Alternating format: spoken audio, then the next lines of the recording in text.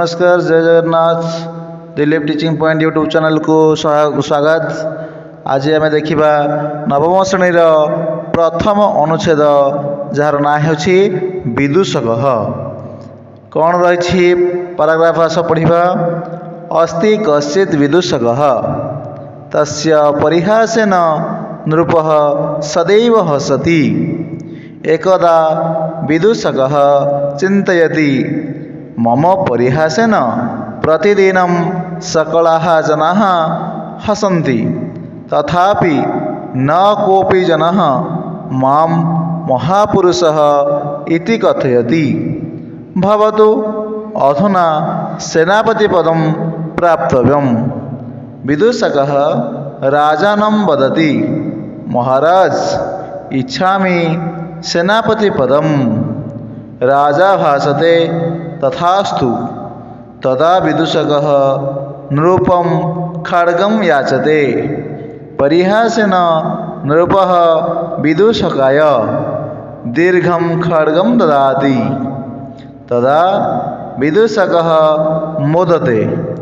सः खड्गं धृत्वा चलति। नृपः तं पृच्छति, कुत्र गच्छति महाभागाः? विदूषकः वदति, सैन्यसकाशं गच्छामि। कौन रही यार अर्थ आस आम देखा। यही चित्र देखिपारुछ। विदूषक पचारुछन्ति, हे महाराज सेनापति पद पाइबाकू इच्छा करुछि। तार भावार्थ कौन देखा। कौन सी एक विदूषक थाए। विदूषक किए?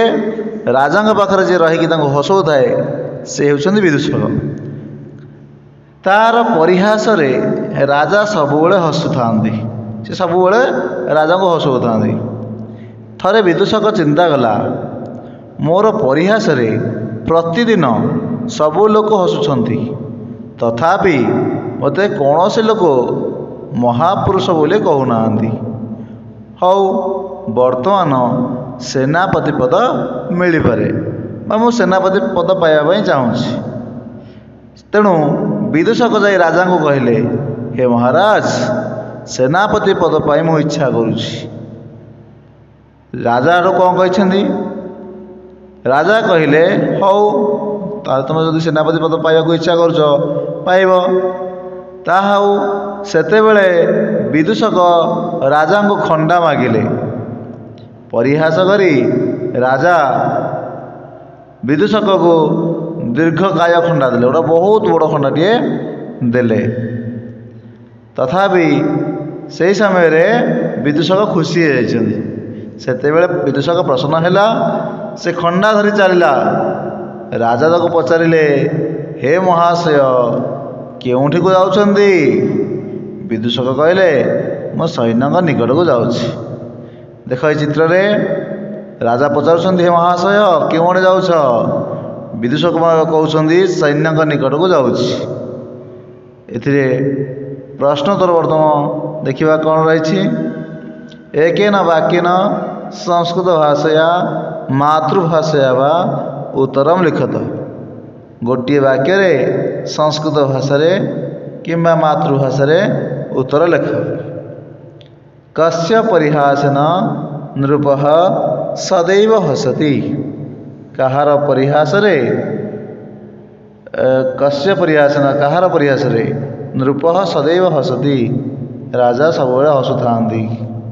उत्तर कौन हम ना विदूषकस्य परिहासेन नृपः सदैव हसति। अर्थ विदूषकर परिहास रे राजा सबुबले हसंती।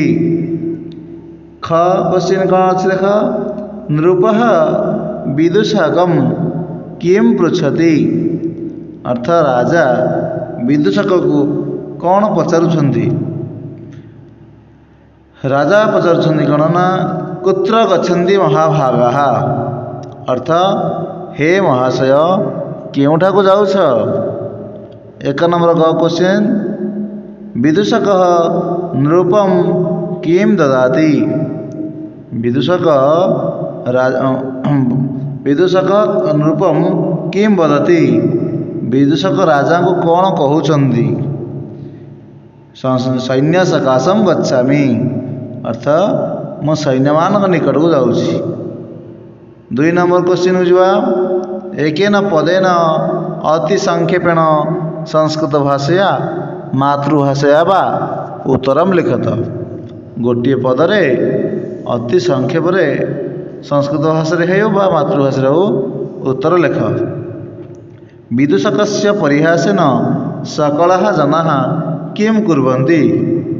विदूषकर परिहास रे सबु लोक माने कौन करती हसती।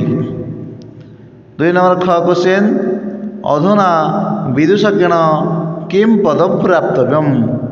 वर्तमान विदूषक द्वारा क्यों पद प्राप्त करने को हेब बा से को पद पाइबा चाहूँगी। उत्तर हम सेनापति पदम अर्थात सेनापति पद। 2 नंबर क क्वेश्चन परिहासेन राजा विदूषकाय किं ददाति। परिहास करी राजा विदूषक को कौन देउछंती। दीर्घम खड्गम अर्थात गोटे लंबा खंडा देइछंती। 2 नंबर ख क्वेश्चन खड्गम प्राप्य कह मोदते। खंडाटी को पाई किए खुशी होती। उत्तर हम विदूषक अर्थात विदूषक। ये थिला नवम श्रेणी प्रथम अनुच्छेद।